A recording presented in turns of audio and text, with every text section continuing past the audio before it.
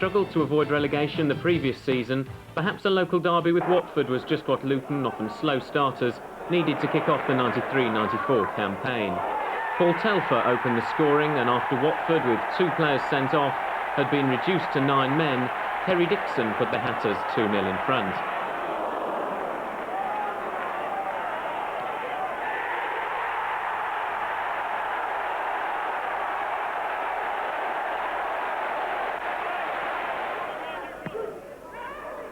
Paul Furlong's late effort was mere consolation. Luton 2, Watford 1.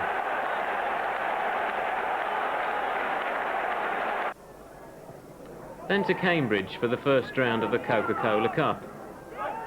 This fine save from Jurgen Sommer led to a Cambridge corner from which old boy Steve Claridge netted a first half goal.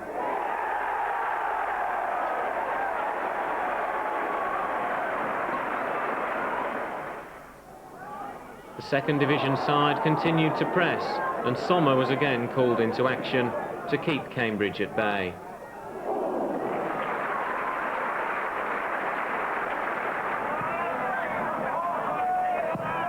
Luton attacks were rare, and they went in at half-time a goal behind. They hit back in the second period, Jason Rees hitting the bar, but they would have to overturn a 1-0 deficit at Kenilworth Road a week later. First, though, was a trip to Portsmouth, where after a Lee Chapman header was ruled offside, Luton continued to ride their luck. This John Dreyer tackle was adjudged a back pass, which, when Jurgen Sommer caught, produced a Portsmouth free kick. Somehow Luton survived that scare, but a mistake by Kerry Dixon was to set up the opening goal for Paul Hall.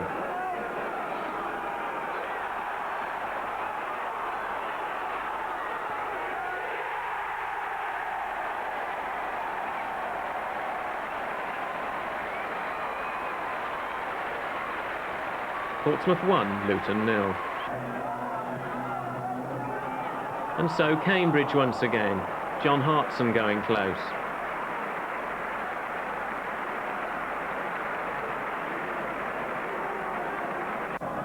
But an out-of-sorts town rarely threatened, and it was that man Claridge again who netted to seal the tie 2-0 on aggregate for the second division side.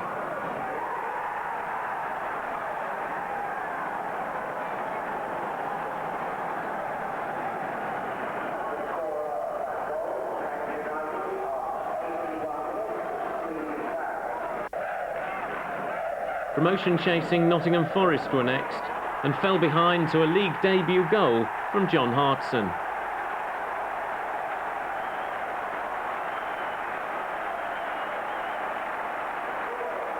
Hartson had earlier had a goal disallowed, but there was no mistaking his delight on finally finding the back of the net.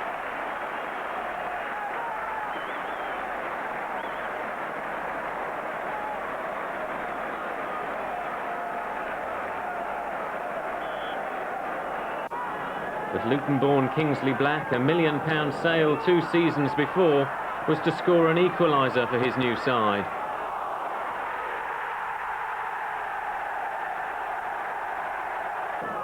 And 5 minutes from time, Ian Wome gave the visitors all 3 points. Luton 1, Forest 2. Near neighbours Watford were facing Luton again, this time in the Anglo-Italian Cup.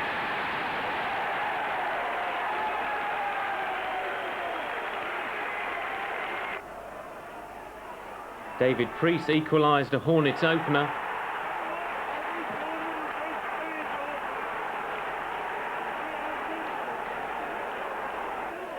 But it was to be sub Alex Inglethorpe who poked home a home winner.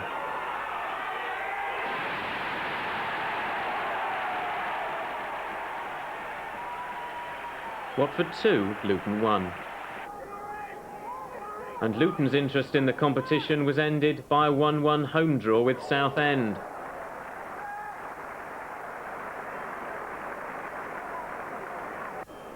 Ricky Otto's free kick gave the Hatters an early scare.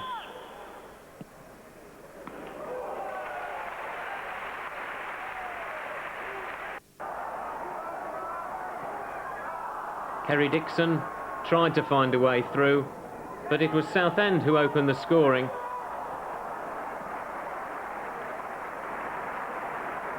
Sommer's save producing a corner, which ended up at the feet of Derek Payne.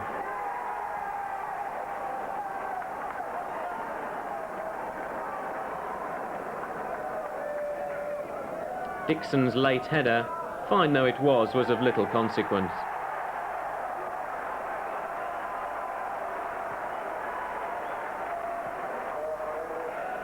Priest clipping the ball in, and the former England striker finding the corner of the net.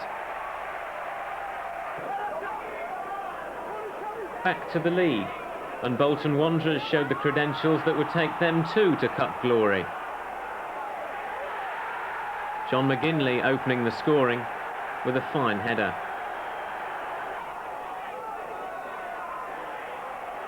Luton did their best to grab an equaliser. Kerry Hughes going close on this occasion. And then David Pleat firing wide.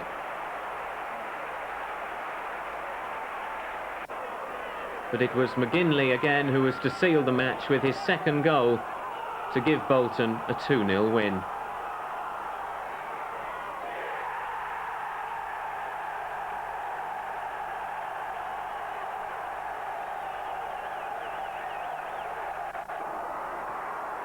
A midweek trip to Tranmere was hardly the ideal tonic, and the only bright spots were an Ian Benjamin goal and the arrival of Alan Harper.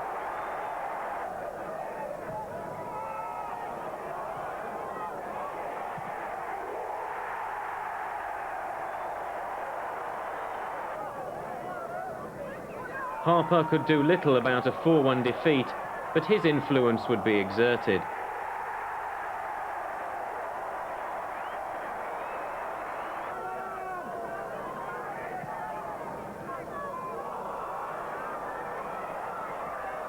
Benjamin's goal gave Town fans brief hope of some sort of fight back.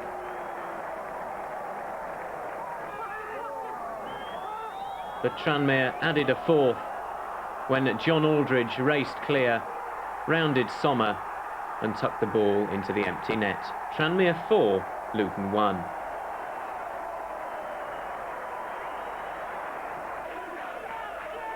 Middlesbrough's Ayresome Park, like Tranmere, offered little reward, but reward there was, with the first league point since the opening day of the season.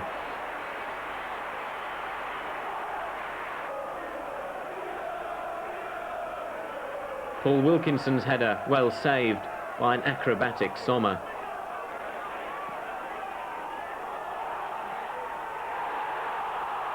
That effort was later credited to John Dreyer, who had the woodwork to thank from saving him from an embarrassing own goal. And indeed, Kerry Hughes' chip in the second half might have snatched victory for the Town. As it was, it ended Middlesbrough 0, Luton Town 0.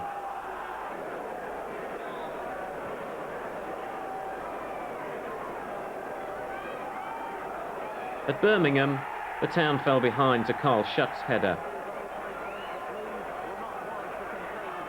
From this corner move, John Hartson almost grabbed an equaliser. But it was Birmingham who had the better chances and really should have sewn things up early in the second half. Sommer again to the rescue. But Paul Telfer was to grab an equaliser. And Kerry Hughes missed a great opening late on, so it finished Birmingham 1, Luton 1. Struggling for goals, Luton entertained Barnsley, who lost skipper Jerry Taggart after just 3 minutes for this foul on Julian James.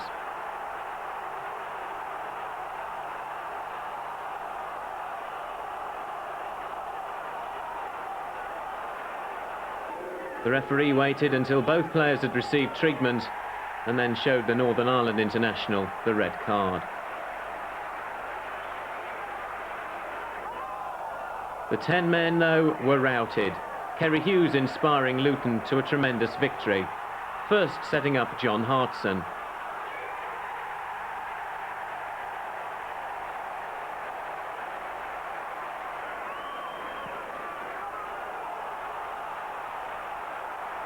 Then it was Martin Williams who squared the ball to Scott Oakes for number 2.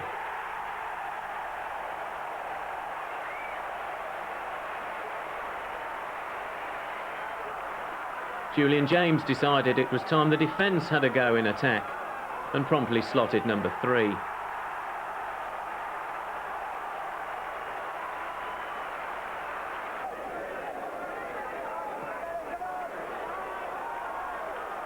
And then it was Hughes again, unselfishly squaring the ball for Scott Houghton to make it 4.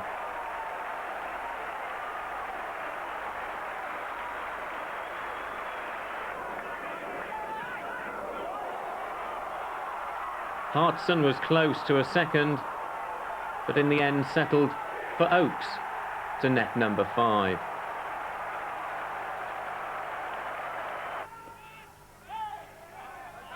"5-0 winners on Saturday, it was back down to earth the following Tuesday night at home to Bristol City.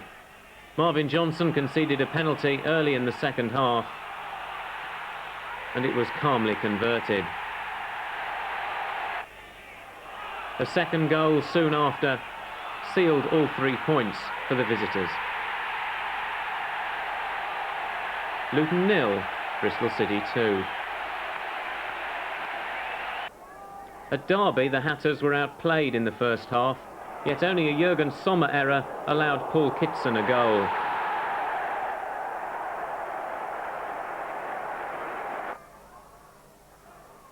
In the second half, Tommy Johnson finally made it 2.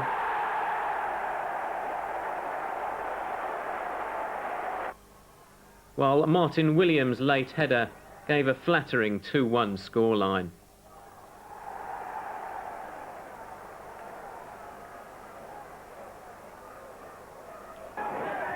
Paul Dickoff, on loan from Arsenal, had made his debut at Derby, and his diving header gave the Hatters a 1-0 triumph over Notts County.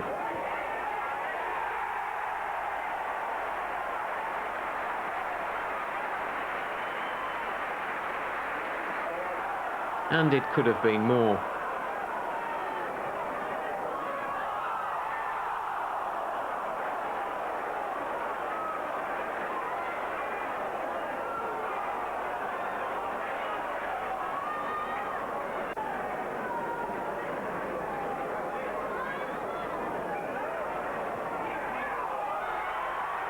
Hartson will feel he should have added to his increasing goal tally, but in the end the town had to settle for a 1-0 win. The fixture computer then threw up another long-distance midweek away trip to Sunderland. For the few who travelled, it was painful stuff. Don Goodman opening the scoring.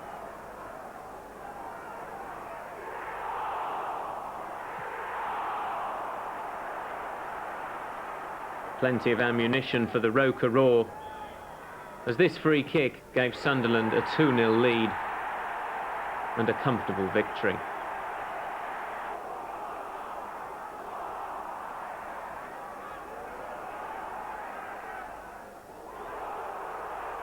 Once again, the woodwork saved Luton from further embarrassment. Saturday, though, was closer to home. Oxford, where Kerry Hughes and then Jurgen Sommer made sure it was a welcome 3 points.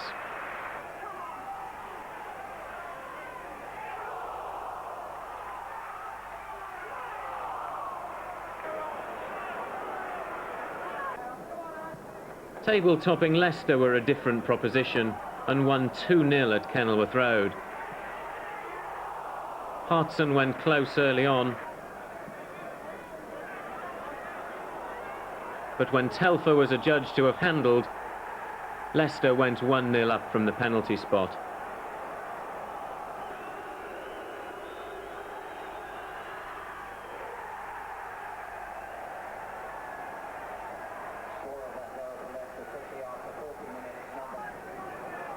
And then Immediately after the break, David Speedy wrapped things up.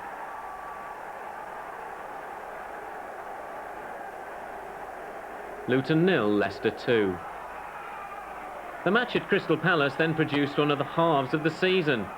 5 goals, started after 2 minutes by Jeff Onga, with his first touch in his first game. Before an expectant Selhurst Park crowd, Palace hit back and equalised. Before Kerry Hughes' solo effort restored Luton's lead.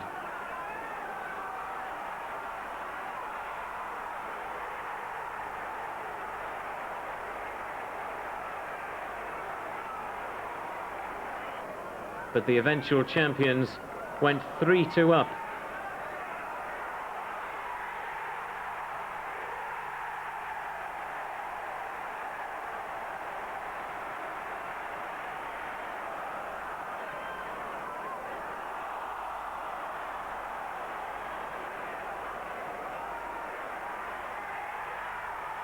All this before half-time, but there were no more goals in the second period, and it finished Palace 3, Luton 2. Sunday meant live television for the visit of high-flying Charlton.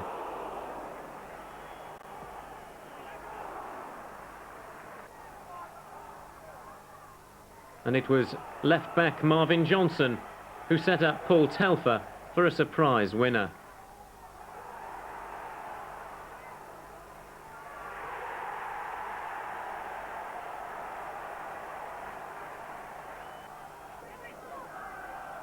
But consistency was not a key word. Luton started badly at Southend and went behind. Only for Kerry Dixon to net a spectacular equaliser.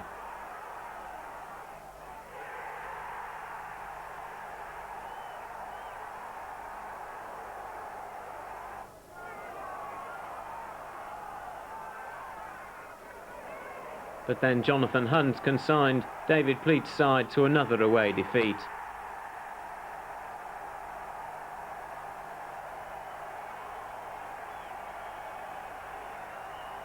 Southend 2, Luton 1. Worse was to follow, or so it seemed, as Luton went 2-0 down inside 20 minutes at home to Stoke. Dave Regis opened the scoring, and then this back header from an unfortunate defender was adjudged to have crossed the line.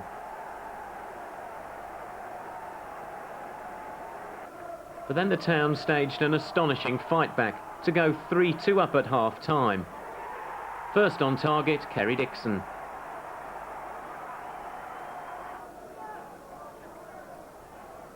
Then Alan Harper set up Kerry Hughes, 2-2.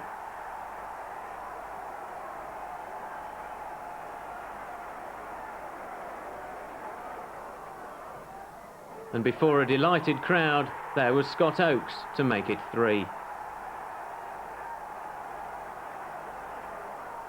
After the break, Dixon claimed a hat-trick.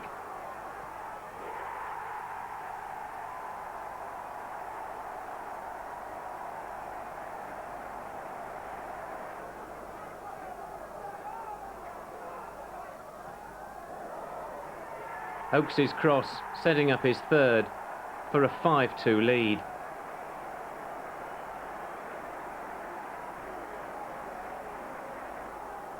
And late on, up popped John Hartson to make it 6.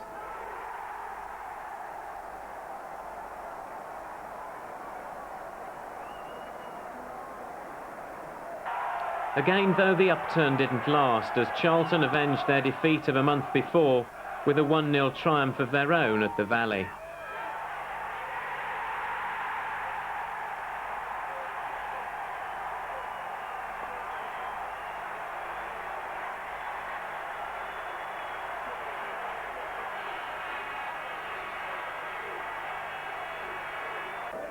Fans hoping that home advantage was the key were soon disappointed. Luton had chances against Tranmere.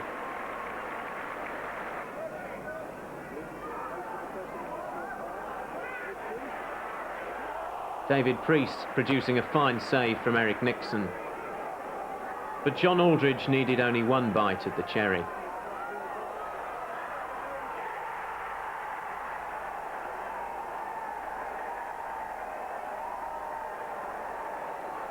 Luton 0, Tranmere 1.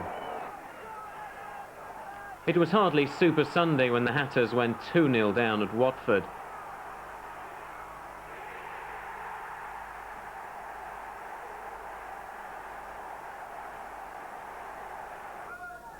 Bruce Dyer was to bag both goals for a delighted Vicarage Road crowd.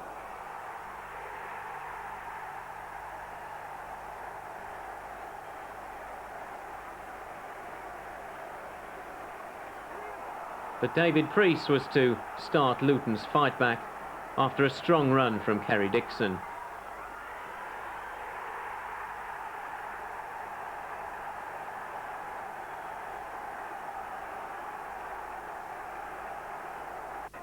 With 5 minutes to go, the Hatters won a penalty.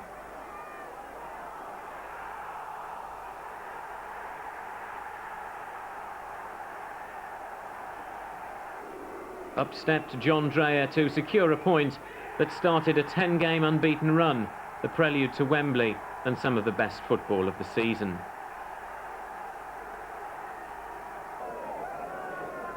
A goalless draw at Peterborough was hardly a Christmas cracker, but was nonetheless another point, and confidence was slowly returning.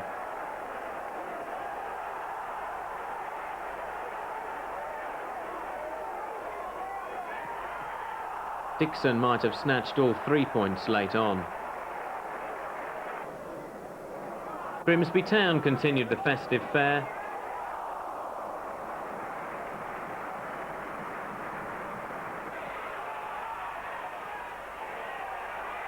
This effort from Dixon, Luton's best chance early on. But the Mariners went in front early in the second half.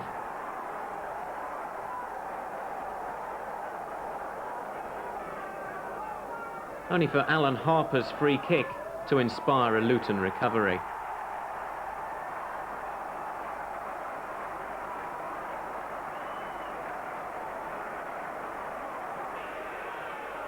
A rare goal from the increasingly influential midfielder, and well worth seeing again.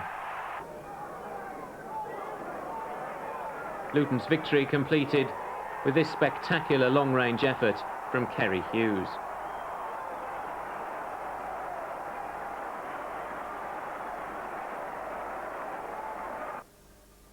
New Year's Day found Luton at West Brom and found David Pleat on the scoresheet.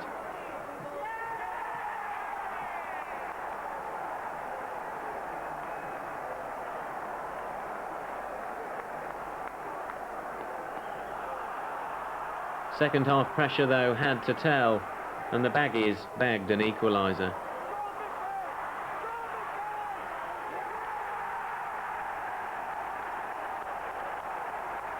West Brom 1, Luton 1. The weather then enforced a 2-week break before the Hatters returned to action at Notts County and fell behind to a close-range effort from Tony Agana. But 2 late goals from Kerry Dixon gave the Hatters a 2-1 win.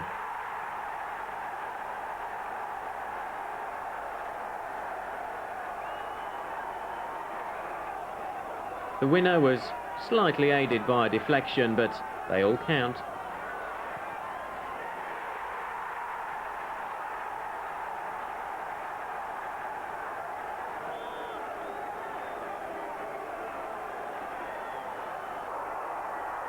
And so to the FA Cup.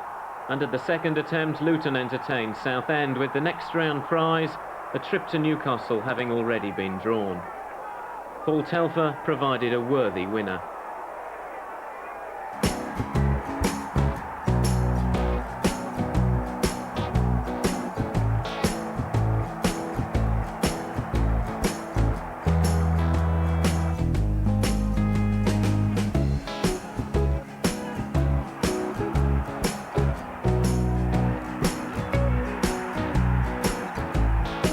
Luton 1, Southend 0. Cup fever was beginning, but first came the visit of Derby. And that man Telfer again.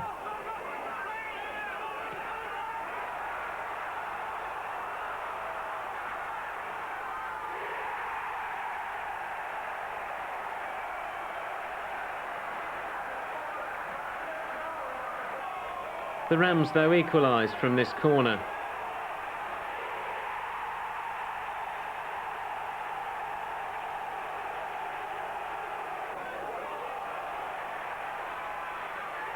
Dixon went close to putting Luton back in front, as did Kerry Hughes, but with Hughes then sent off, things looked bleak. Scott Oakes, though, was to provide one of the best goals ever seen at Kenilworth Road. Sit back and enjoy.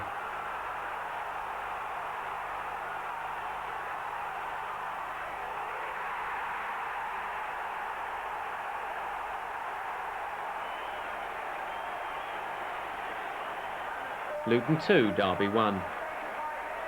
Certainly in the autumn there were some games to remember. 5-0 home win against Barnsley, 6-2 against Stoke, but it was inconsistent otherwise. Would it be fair to say there were off-the-field distractions as well? Well, I think there's always going to be off-the-field distractions, but no.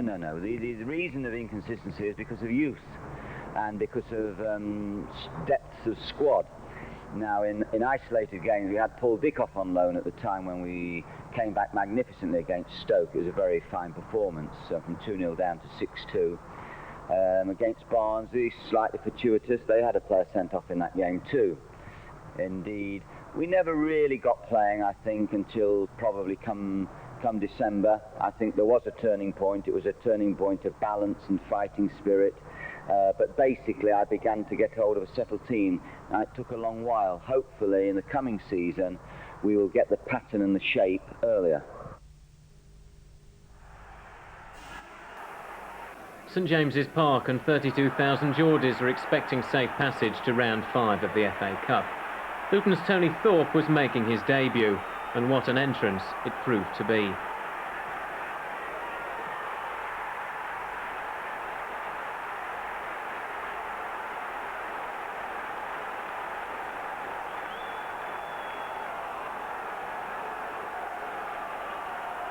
Thorpe's right foot shot gave Mike Hooper no chance, but Newcastle, inspired by Peter Beardsley, continued to press. And a disputed penalty when Harper was adjudged to have fouled the England international gave Beardsley himself the chance to equalise from the penalty spot. Sommer guessed right, but couldn't quite reach it.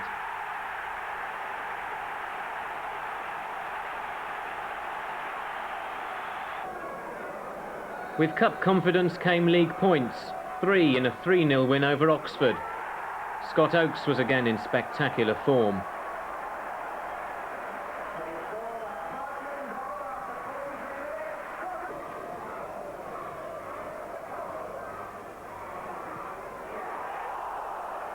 Aided by on loan Mitchell Thomas,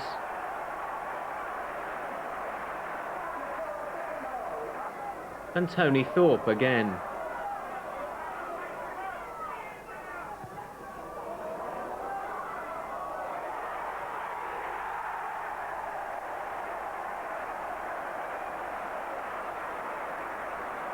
Luton 3, Oxford 0.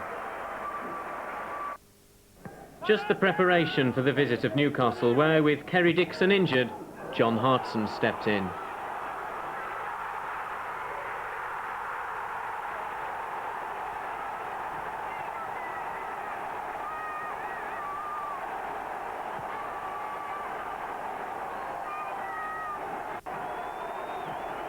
The young Welshman beat Hooper to the ball and then calmly found the empty net.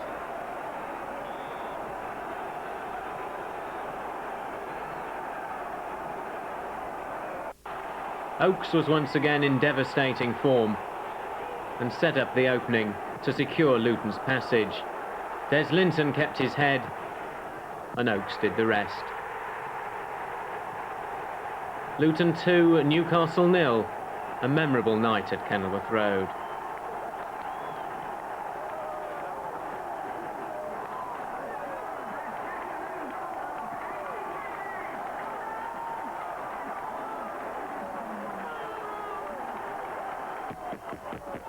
Hooper blocked the first shot, but with everyone in the crowd expecting Linton to blast it, he calmly set up his former Leicester colleague to put Luton into round 5.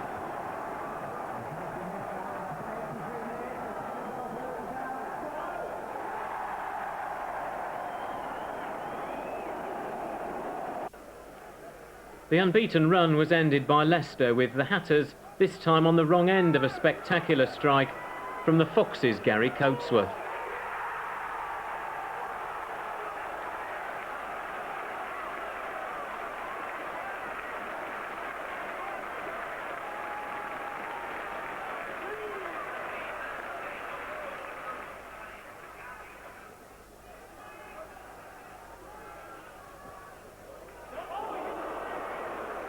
Luton hit the post as they attempted a first-half fight-back, but early in the second period, despite a couple of suspicions of offside, Ewan Roberts made it 2-0.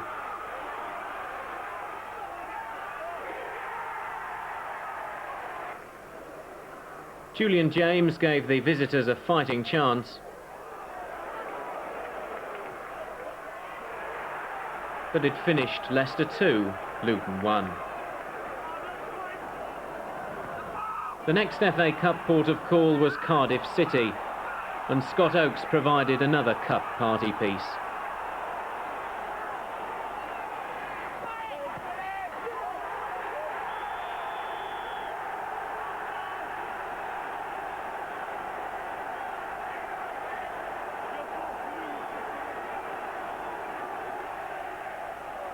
Cutting in from the left-hand side, there was no stopping him.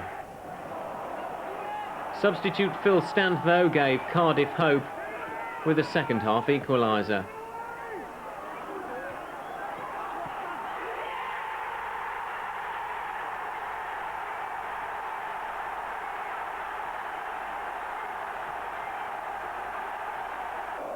But Luton hit back almost immediately. David Pleat allowed to continue, despite Kerry Hughes being in an offside position, and Priest's left foot did the rest.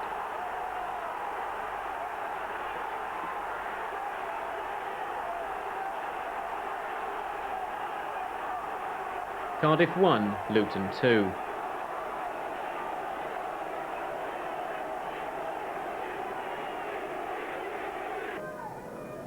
The now punishing schedule continued 2 days later at a snowbound Kenilworth Road, where Portsmouth and the underfoot conditions were delightfully overcome. Paul Telfer started the snow spectacular.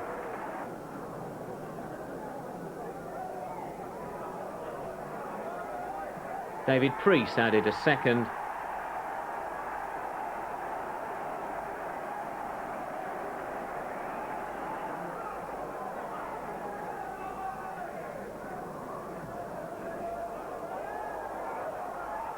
And after Jurgen Sommer had somewhat fortunately survived this little incident, Kerry Hughes made it 3.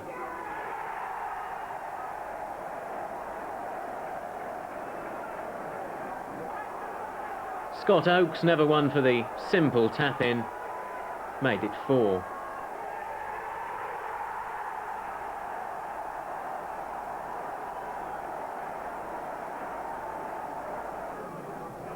Jim Smith's side pulled one back, but they were well beaten. Luton 4, Portsmouth 1.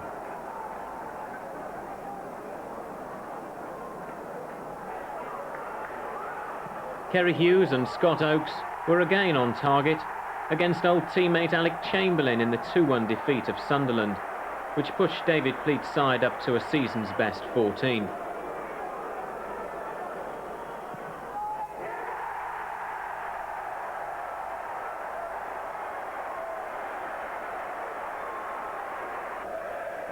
Trevor Peake and Jurgen Sommer will want to forget this mix-up, which put Sunderland back in the game late on. But Luton held on for a 2-1 win.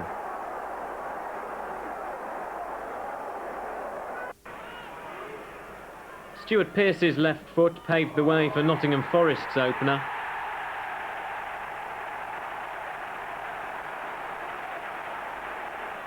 and that famous left foot then hammered home the second from the penalty spot after Jurgen Sommer's foul earned him the red card.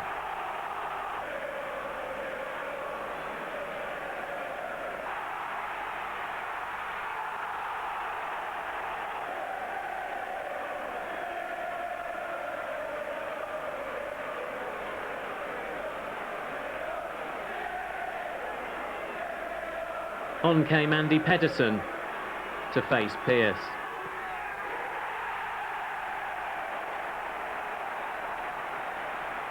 Forest 2, Luton 0.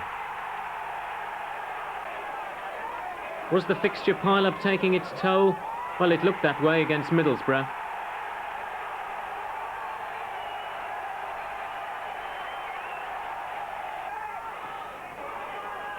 But nonetheless, a John Dreyer penalty was to salvage a point.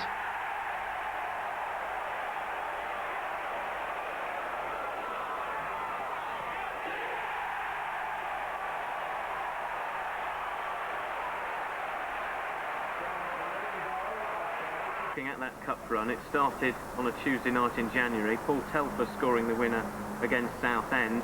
There was a real an incentive to win that game in that the winners were away to Newcastle. Yes, the draw had already been made because of a postponement. Paul Telfer scored an excellent goal. Paul Telfer was another of those who had an important season for us. He played for Scotland again at B level last season. He's an emerging chap. He's now got 3 seasons. You see, we look at Paul Telfer now and we see he's a regular. He's still very young. There was a lot of excitement, there was a lot of tingle about the cup performances, night games, games where we pulled back big opposition here. But that was a crucial game, Southend. Southend were playing very well at the time, but they just lost their manager and there was a changeover and there was some upheaval there. But we'd begun to settle by the time we played Southend and beat them. And then on to Newcastle and a debut goal for Tony Thorpe. Yeah, we decided to play. Hughes was suspended, I believe, and Tony Thorpe came in, and the reason he came in because we knew that he had the capacity to snatch a goal. And there is real talent in Thorpe's boots, and if he matures and he's strong enough mentally, then I think he could have a very good future in the game. His goal brought you back in Kenilworth Road and you beat Newcastle 2-0 in perhaps what was the best performance of the season? Possibly, yes, it was a good performance, and of course it was one of several games that the club was projected on Sky Television, which is always nice, particularly when you win well. And we got it about right that night. We kept Cole and Beardsley quiet, or as quiet as could be, and we played strong and we took our chances, and I think that Keegan was very magnanimous in the loss, and he was very supportive of us, and he said he hoped we went all the way to Wembley. The cup campaign continued with a goalless quarter-final at West Ham to set up another replay at Kenilworth Road. But with good cup runs came good league form, and Luton were looking relatively secure with games in hand.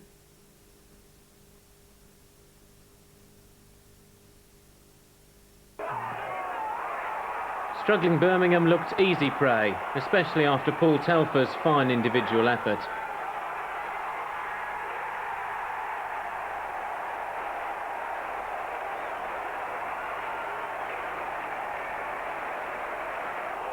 But Barry Fry's side kept battling, and Steve Claridge made another goal-scoring return to Kenilworth Road.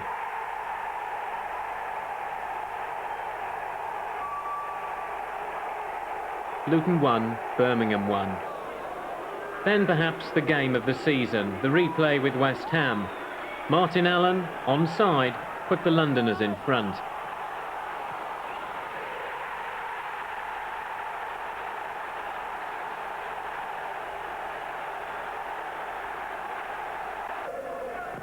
After a neat 1-2 with Kerry Dixon, Scott Oakes, despite West Ham's protest, bagged an equaliser.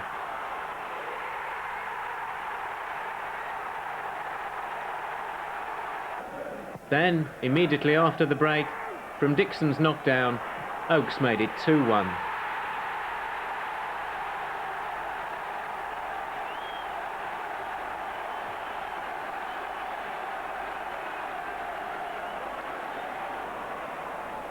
Pushing forward to try and secure the win, The Hatters were caught at the back,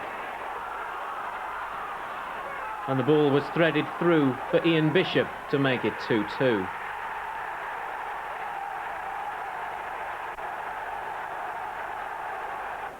The night, though, was to belong to Oakes. His hat-trick secured a semi-final place at Wembley.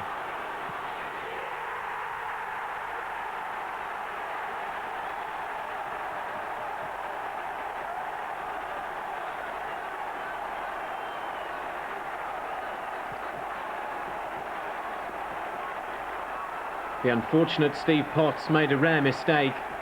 Oakes was away from Alvin Martin, and Ludek McCloskey had no chance.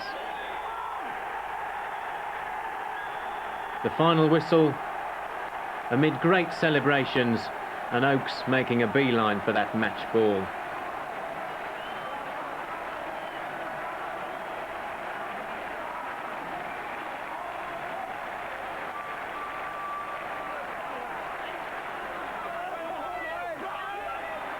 Disappointment for Billy Bonds, but delight for Luton Town and for Scott Oakes. Luton 3, West Ham 2.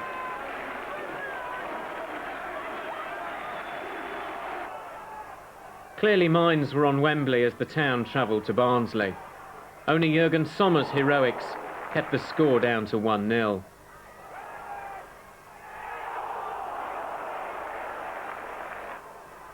Barnsley must have thought they were never going to score, but finally, after an hour, they did.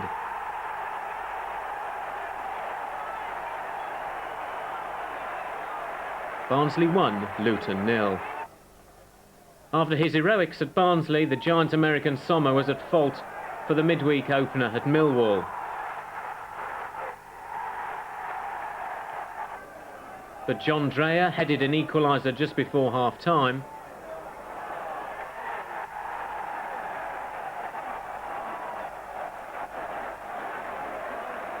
Only for Millwall to go back in front soon after the break.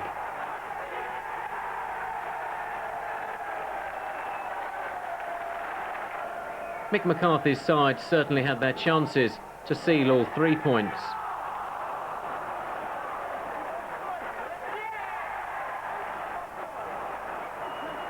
Offside saving Luton on this occasion, but then the Hatters were presented with a second equaliser for John Hartson.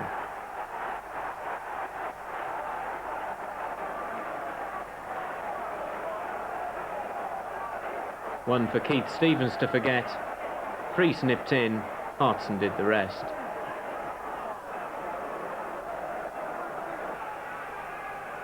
The home match with Peterborough was suddenly a must to win, with the danger of being dragged into the relegation battle. 2 goals for Kerry Dixon secured a 2-0 win.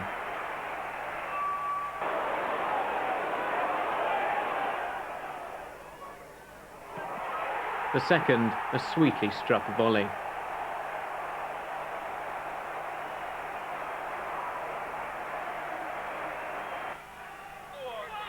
And with the semi-final at Wembley just 5 days away, Luton fielded a weakened side at Grimsby and paid the price with a 2-0 defeat.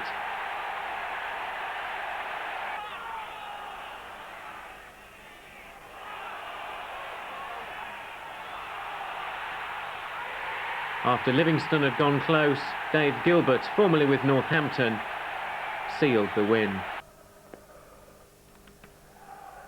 And so to Wembley, the semi-final of the FA Cup against Chelsea.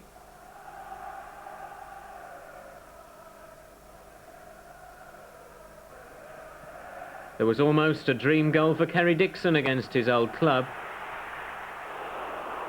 Dimitri Karine denied him.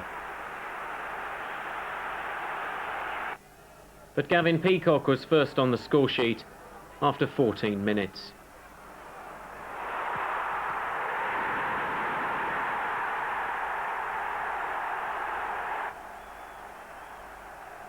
Confusion in the town defence, and Peacock made them pay. Luton worked hard but seldom found the openings. Karine rarely tested.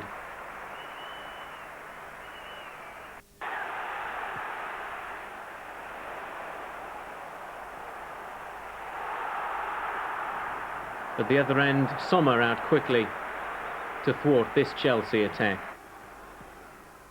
But it was Peacock again who effectively booked Chelsea's final place just 2 minutes after half-time.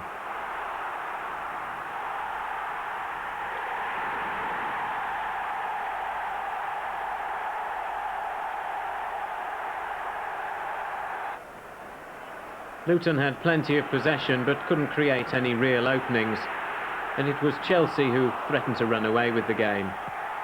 Sommer again to the rescue, but it stayed Chelsea 2, Luton 0.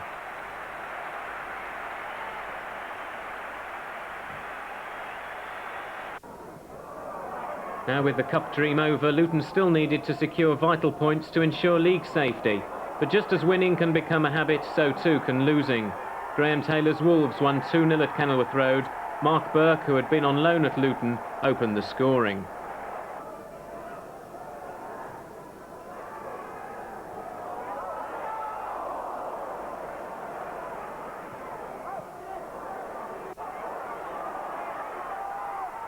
Luton did their best to force an equaliser. David Pleat denied. But it was Wolves who secured the points with a goal from Steve Bull.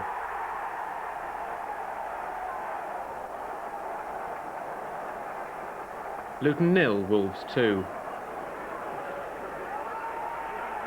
The first-minute goal was enough to give champions-elect Crystal Palace a 1-0 win.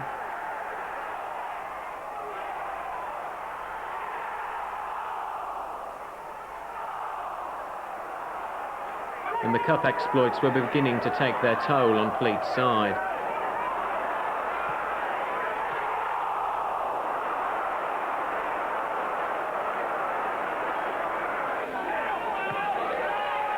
And then Bristol City were comfortable 1-0 winners at Ashton Gate.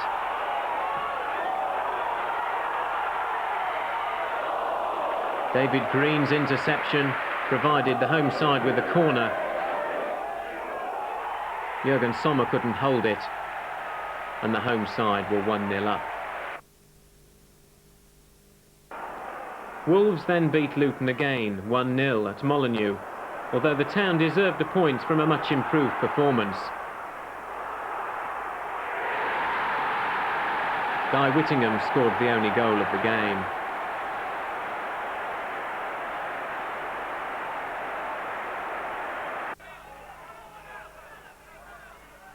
After 6 straight defeats, Millwall were not ideal visitors, but after a mix-up in the visitors' defence, David Pleat put Luton in front.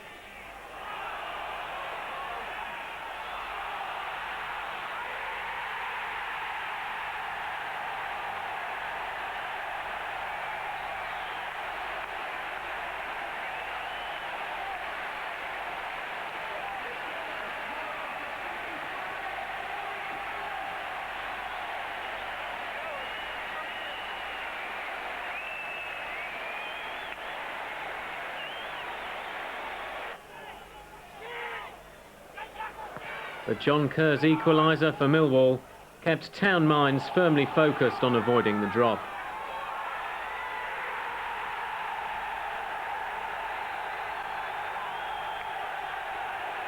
Luton 1, Millwall 1.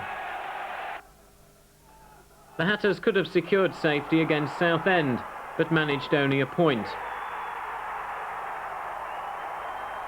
Ricky Otto opened the scoring for Southend.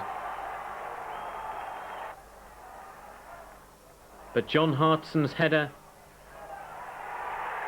gave Luton a point, although Southend to this day are not convinced that the ball actually crossed the line.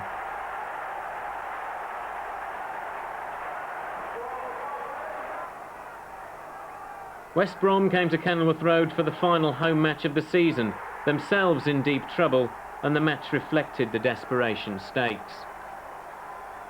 David Pleat opened the scoring, only for Bob Taylor to net a fine solo goal for West Brom.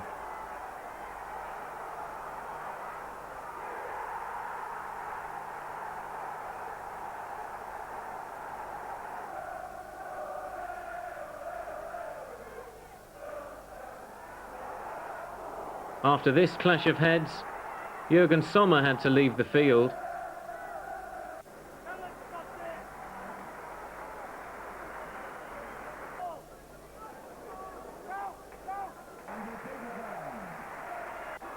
As did opposite number Stuart Naylor, after this clash with John Hartson.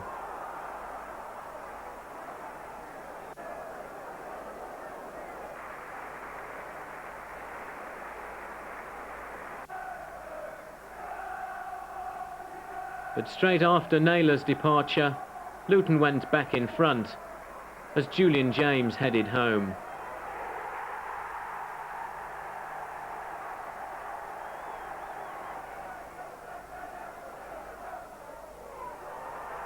And John Hartson looked to have sealed it at 3-1.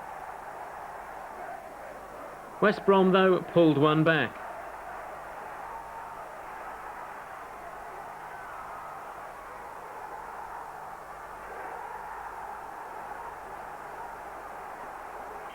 And Luton were left to hold on despite 9 minutes of injury time, during which Mitchell Thomas and Gary Strodder were ordered off for fighting.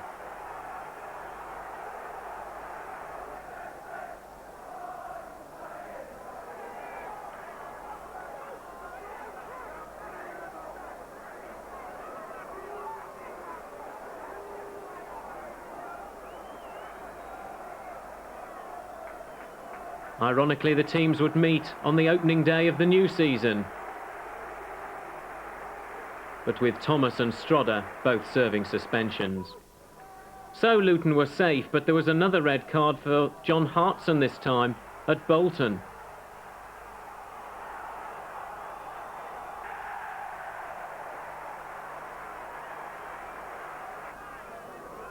Kerry Hughes gave Luton the lead just before half-time.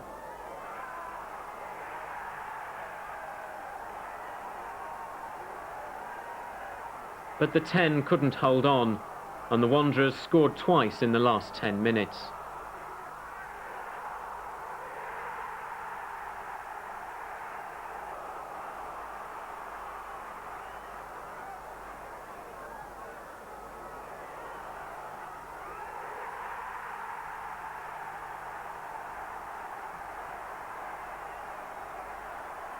Bolton 2, Luton 1. At Stoke on the final day of the season, 17-year-old Kelvin Davis made his debut in goal, but was powerless to prevent the home side taking a 2-0 half-time lead.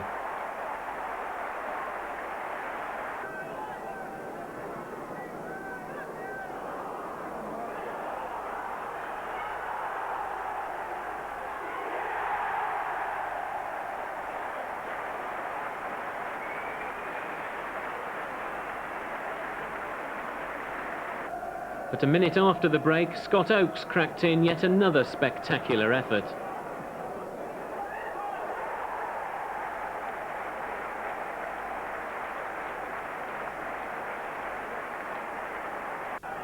And after Ian Cranson handled on the line,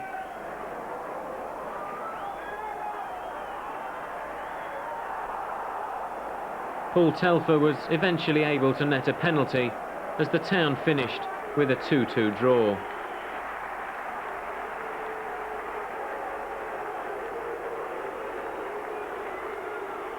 A mini pitch invasion took the players off the field, but they were soon back, and Telfer had kept his concentration.